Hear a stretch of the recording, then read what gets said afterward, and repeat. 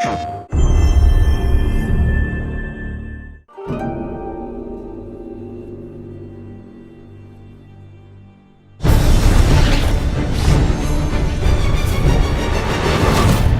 in the real invasion of Tsushima Island, there were 80 samurai that rode out to meet the Mongol invaders.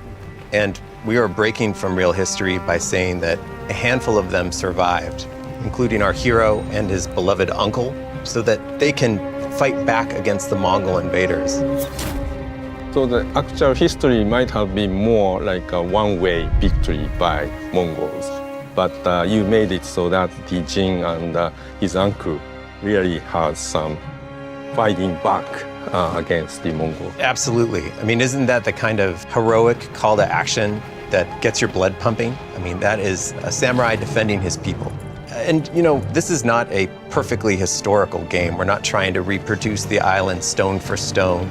Yeah, I was talking with a professor, and he said that there hasn't been even a movie created based on this theme of Mongol invasion to Japan. So he's very happy to have this game. Will probably make many people in the world to be interested to learn more about the history of Japan and especially this, era.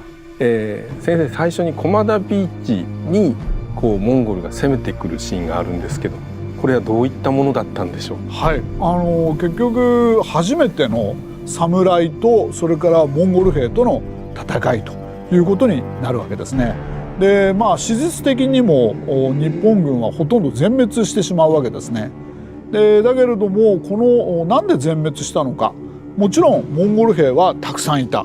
それで日本兵は何十人かしかいなかった。これはもちろん第一の原因です。第二の原因としては日本の侍はワントゥーワンの戦い方をしていたわけですけれども、モンゴル兵は集団での戦い方をしていた。これはもう完全に集団の戦い方の方が強いですよね。ですからそういう意味で、一番最初の戦いでは日本の侍はほとんど完敗、全然勝てませんでした。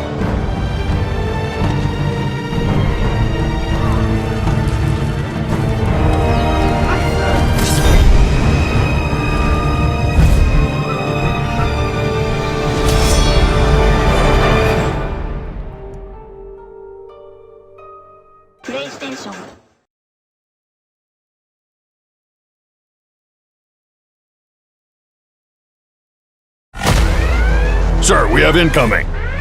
Flag, come in. Cobra bats everywhere. We're completely outnumbered. Something is jamming our signal. Everything is going according to plan. The world is about to succumb to the will of Cobra. All forces rendezvous at Cobra Island. We need to stop Cobra. Yo, Joe!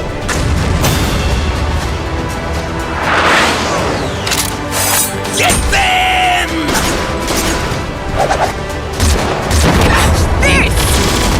Face me! I reckon it's time to show these Cobra lowlifes what G.I. Joe's all about!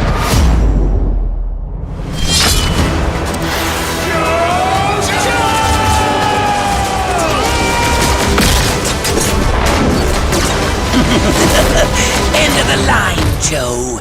You're trapped like the rat you are. Kneel before Cobra. This isn't over, Cobra!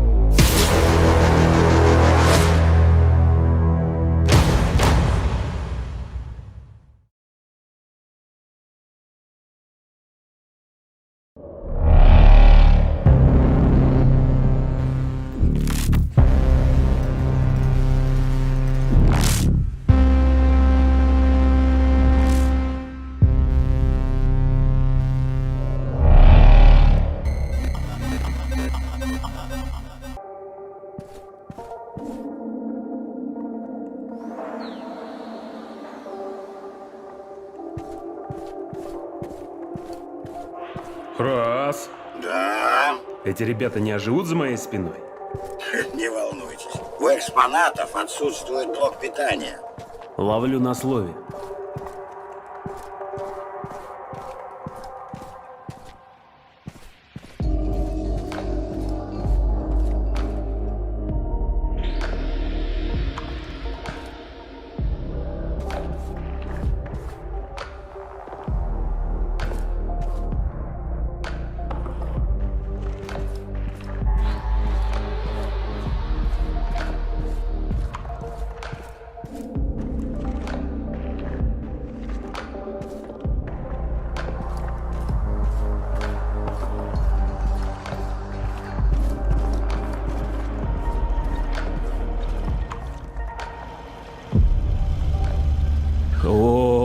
это я понимаю, хоромы. Раз. Какой у нас там план-то? Вам приказано зачистить территорию выставочного комплекса из 4 этажей. Начинайте с любого.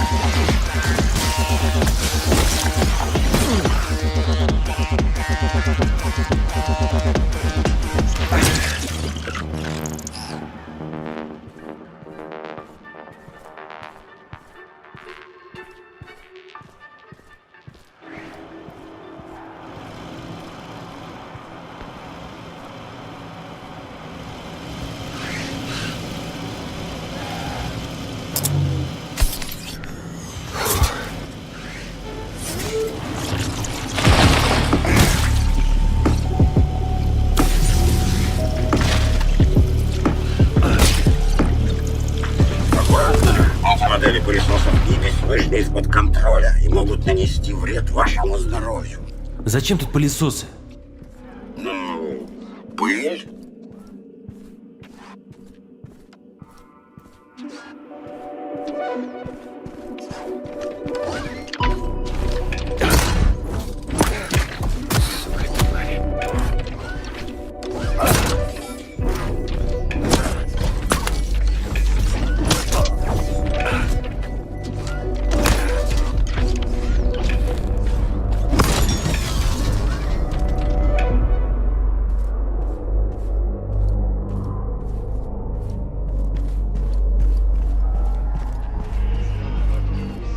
Обратите внимание на экспонат с внутренностями кита. Тут представлены не только органы дыхания с пищеварением, но и... Так, раз. Хорош.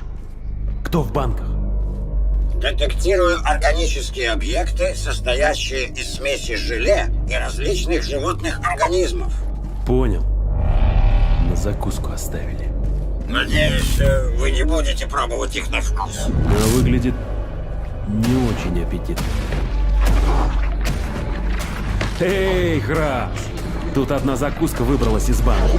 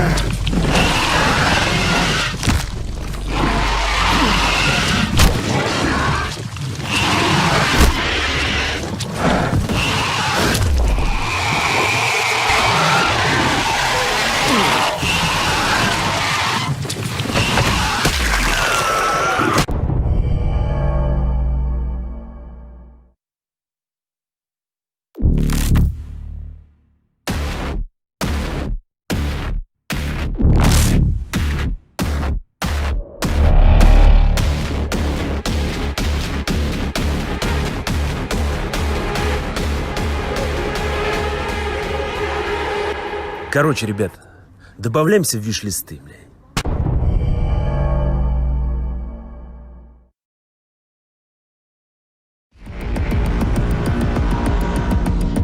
The first time I put the headset on, immediately we knew that, okay, we're onto something quite spectacular here.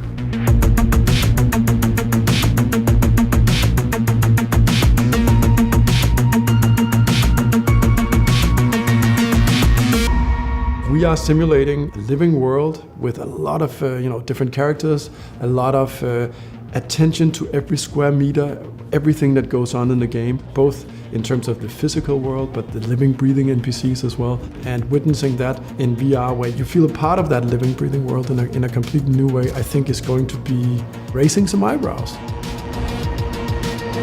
Hitman for VR is absolutely phenomenal because it's not a linear game. It's never been. It's a sandbox, and that means that so much weird stuff can happen, and it just feels way more powerful now. The thing that's been happening a lot for me is that I just go in and then I feel like I'm in this place and I'm just going with the flow because I'm just listening and following whatever is happening, whatever looks interesting. You get very easily distracted, like what were they saying? And then you're following that. That's when you realize, wow, this is a completely new experience. One of the first things that really made me realize the difference is that rather than just sort of pressing a button to melee someone, that you can actually pick up a crowbar and swing it like free. You can sort of like wave it around a bit and then hit them with it, and they will react accordingly. In VR, you're in there, you are Agent 47. You actually look your targets in the eyes, you are listening to all the small conversations. It all makes sense.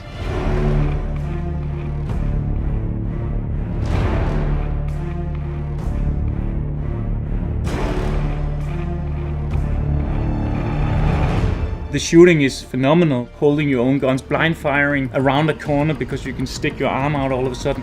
Also the vegetation in the game, when you go down there, you're in this rubbery and they can't see you, but you have a hard time seeing them as well, and suddenly they're on top of you where you're just looking up at their faces, having to deal with them from that position, which is really, really powerful.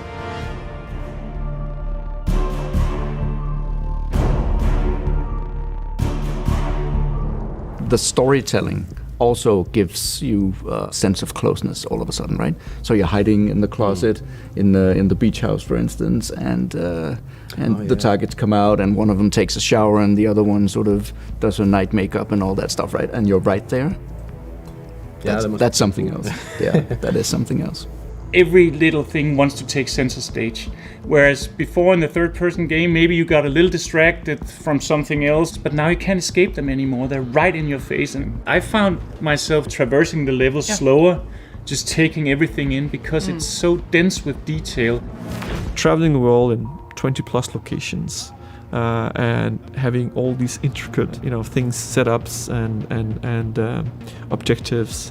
And just the fact that, being a psychologist or yoga teacher and all the different crazy stories in our games and taking all these crazy disguises and how the world reacts to you. Somebody comes to, hey, so you're a sheik or you're the general, and all that theater that goes on is just absolutely amazing and special.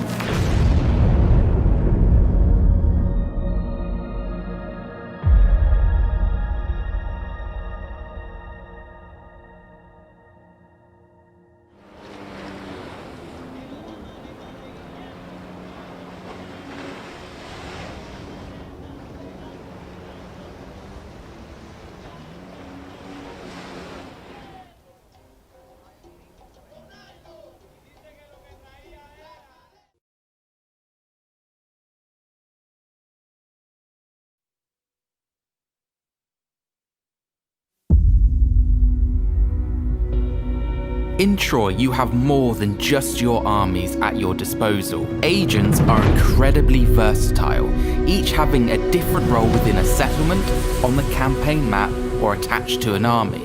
There are 3 classes of common agents, which are Spy, Envoy, and Priestesses. In addition to these, you can gain access to epic agents, which are the Gorgon, SATYR, and SEER. All common agents have both passive and targeted abilities, which can be augmented and made stronger through their skill trees. First, let's talk about subversion and assassination.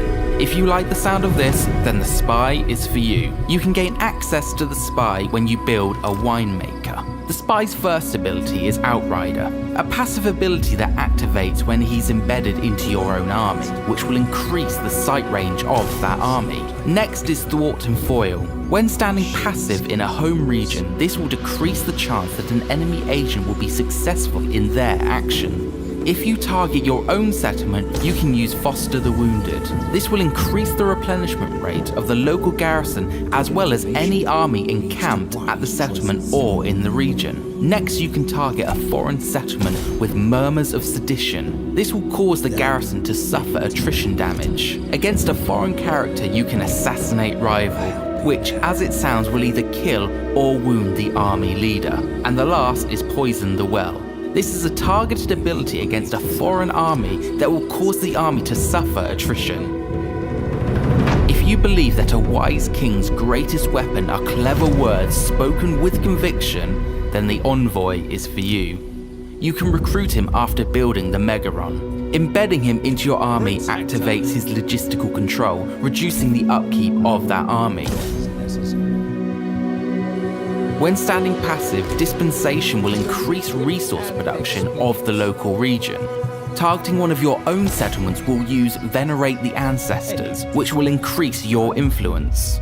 Against a foreign settlement, you can use Seeds of Dissent, which again will increase your influence over that region. You can use Deliberation against a foreign agent, which can decrease their movement range. Next is Denounce Treachery, which is the only skill that needs to be unlocked via the skill tree. This again targets a foreign hero, but instead of decreasing their movement, it has the chance to wound or kill them. The last ability is targeted against a foreign army, which is Lead Astray, and this will decrease the army's campaign movement range. Priestesses are a little different to spies and envoys. Instead of having personality traits, they are instead allied to certain cults. You can recruit them once you've built an altar. If a priestess is embedded into one of your armies, she will use Sacrificial Offering, which will perform a ritual before battle to receive positive effects. Standing idly will raise the happiness of the local region through her Soothsayer effect. Targeting your own settlement will use Ritual of Exaltation, which can increase the favor of any god who has a temple built in that settlement, or in the absence of a temple, a random god. Targeting a foreign settlement will use Ritual of Ruination, or foreign army or Radiant of Dead can decrease the unit morale. And targeting a foreign agent with Prophecy of Doom will prevent that agent from moving. Epic agents have incredibly powerful abilities that can easily turn a losing battle or situation into a victory. You will only have several turns once you've recruited them, or if you use one of their targeted abilities, they will leave your service. You gain the ability to recruit them through the Divine Will system, which you can learn more about here. Athena will give you access to the Gorgon. Orison of Curses will be activated if she stands passive. This will reduce the movement range of foreign armies in that region. If she targets a settlement, she will use Frightening Visage, which will severely damage the settlement's garrison. And targeting a foreign army, she will use Petrifying Gaze. This will reduce morale, battle speed, and campaign map movement. Aphrodite will allow you to recruit the Satyr. His first ability is Song of Tranquility. When standing passive, he will increase growth and happiness of the region. His next ability is Song of Prosperity. This ability will instantly complete all building projects within the targeted settlement. His last ability is called Song of Discord, which will reduce the targeted army's morale. And lastly, Apollo will allow you access to the Seer. Divine Presence will grant you experience each turn for any hero or agent while the Seer is standing passive.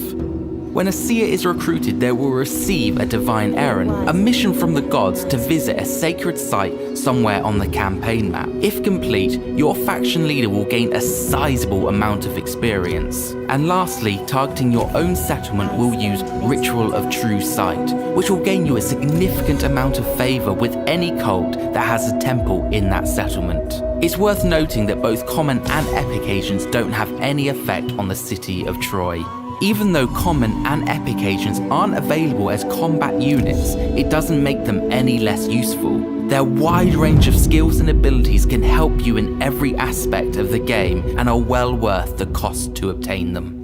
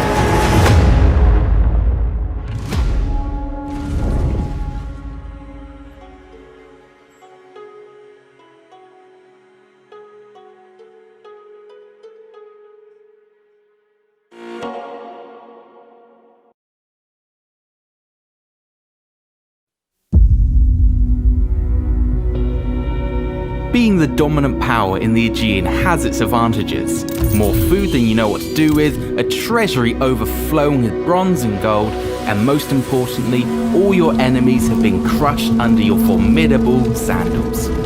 But I can hear you ask, what do I do now? Well, let me tell you. Welcome to the endgame. Most people think that 100% control of the map is the ultimate goal, and that is something you can aim for. But let's take a quick look at a few other things you can aim for to successfully close out your campaign. Let's start with the game's namesake, Troy. Unsurprisingly, it has the largest local garrison in the game, which also replenishes very quickly outside of battle. When it comes to laying siege to it, come prepared. We're talking multiple armies with a good variety of troops ready to handle any situation. You will need every tactical advantage you can get. For those true completionists out there are 3 unique siege options you can play, as well as a standard siege of the walls. These are the famous wooden horse, allowing some units to start within the city and for the gates to be open, an earthquake which creates breach points in the outer wall, and mighty war machines that you can unlock in the Royal Decree menu. Whichever siege you try, you'll be fighting through the streets of Troy with multiple choke and fallback points for defenders to utilize. It's worth noting that Odysseus is the only hero that has access to all these siege options. All the other heroes have a selection of the 3. You also cannot auto-resolve battles against Troy, and you cannot use common or epic agents' actions against it either, so you better get your military strategy straight before going in. At some point you will come across the antagonist system. The game will choose a faction which you have slighted one too many times, or just a faction that sees you as a major strategic threat. For the rest of the game, this faction will grow more aggressive towards you. Whenever an antagonist is announced, a button appears in the interface. This will open a special UI panel where you can check the plans and current situations of the antagonist. Epic mission chains are something to really consider for your faction's primary leader. Each faction leader has a series of epic missions which leads them towards iconic weapons and additional traits. A minor spoiler warning if you want to skip over this one and experience them for yourself. These comprise of a series of dilemmas intertwined with certain battles and campaign missions that will shape key aspects of your later campaign. These missions may take you away from your current campaign focus and cause you to go somewhere completely out of your way or fight battles that you may not want to. But do consider prioritizing these epic missions. The reward at the end of completing the mission chain is more than worth it. If you've done all these things, then you can always start a new game with a different hero. Challenge yourself to play in a different style, more trade, military, diplomacy. At heart, all Total War games are a sandbox experience. You can follow the history or do your own thing. The most important thing to remember is to have fun. Welcome to this two-part series on starting your first campaign in a Total War saga Troy. With 8 characters to choose from, it can be hard to decide which of Homeric's many heroes you want to conquer the Aegean with. In video 1, we will be discussing the Danaans, the mighty Greek heroes of Achilles, Menelaus, Agamemnon, and Odysseus. Every character has 2 mechanics that are entirely unique to that hero, and help to color your campaign as you conquer the world of ancient Greece. Together we will discuss each hero's mechanics at a high level, and I will give you a brief overview of the campaign's playstyle, starting with the mighty Achilles. Achilles is one of the mightiest warriors of antiquity, the fabled son that leads the legendary Myrmidons. In the Iliad, Achilles is a demigod, the offspring of Thetis and Peleus. Ruling over the kingdom of Phthia, Achilles has sat on the sidelines of the Trojan conflict until silver-tongued Odysseus convinces him to ride for glory against Troy. Playing as an Achilles campaign centers around 2 primary mechanics, Hot-Blooded Achilles and Living Legend. Hot-Blooded Achilles deals with the many mood swings that impact those under Achilles' command. There are 4 different moods that Achilles has: proud, indignant, grieving, and outraged. These moods will become active, like proud is currently, based off of certain campaign events, such as spending too much time in a garrison, which will result in Achilles becoming more and more indignant. With each mood, there are a number of modifiers and penalties that accompany that disposition. Balancing Achilles' mood on a knife's edge will be the key to success in your victories across the Aegean. As a fabled hero of antiquity, Achilles' living legend mechanic plays upon the notion of increasing Achilles' legacy across all time. As his legend grows, so will his confidence, allowing Achilles to spread the influence of Phthia across the land, reduce the upkeep of maintaining his troops, and allow him to recruit more units at an instant as men rally to his banner. His confidence is increased by confronting or locating and defeating any hero in this unique list of challengers, chronicling his achievements in the Defeated Heroes section. With all that laid before us, you will enjoy an Achilles campaign if you're looking for a singular hero that is destructive in close combat and leads a smaller force of elite soldiers. Achilles' battle tactics are geared towards destroying the leadership of his foes at his own hand, while his unbreakable and highly maneuverable units outflank the opposition. Agamemnon, the older brother of Menelaus, commands one of the largest coalition of Greek states across the Aegean. Driven by an all-encompassing lust for power and glory, the king of Mycenae rallied the many kings of Achaea against Troy, determined to raze the fabled city to the ground in pursuit of his own bloody ambition. At the head of an Agamemnon campaign lies 2 critical mechanics: King of Men and Lion's Share. As an all-powerful king, Agamemnon's King of Men mechanic allows you to appoint the many heroes that you will recruit into your service to various high positions within a special royal court. A hero can be promoted to the rank of Akita, Tarita, or Rawakita, depending on their rank of 3, 5, or 8 respectively. The Ikita, or companions, give your hero bonuses to their armies. The Tarita, or landowners, help with construction of buildings and stabilizing the populace. The Rawakita, or leader of the people, is the ultimate army commander, giving a slew of military benefits to their army. This royal court will help you conquer Troy as you expand your vassals with Agamemnon's other mechanic. Lion's Share allows Agamemnon to demand a tribute from the many vassals he will create upon his epic mission towards the gates of Troy. The tax rate slider will allow you to control the amount of taxation on all of your vassals. In addition, you can demand the tribute of a single resource from a specific vassal, depending on your relation with them.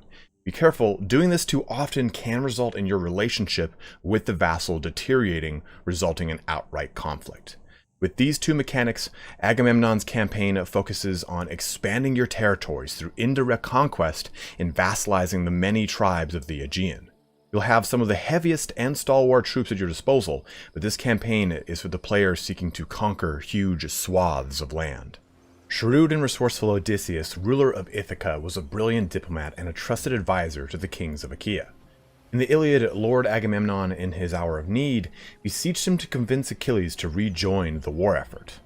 Unlike the previous two heroes, Odysseus is an archer and relies on his wit and guile to defeat his opponents more than the brute strength of Achilles or the overwhelming might of Agamemnon. Safe havens, one of the two special mechanics of Odysseus, allows his agents to steal away into enemy territory, creating a base of operations for the Lord of Ithaca to recruit more soldiers to his side. This will aid you in expanding off of the island of Ithaca, as you will be able to recruit more soldiers from within enemy territory, something no other hero can do. In addition to safe havens, Odysseus also has a mastery of the sea, unparalleled by his peers. The mechanic Coastal Mastery allows you to produce docks in your lands with expanded functionality.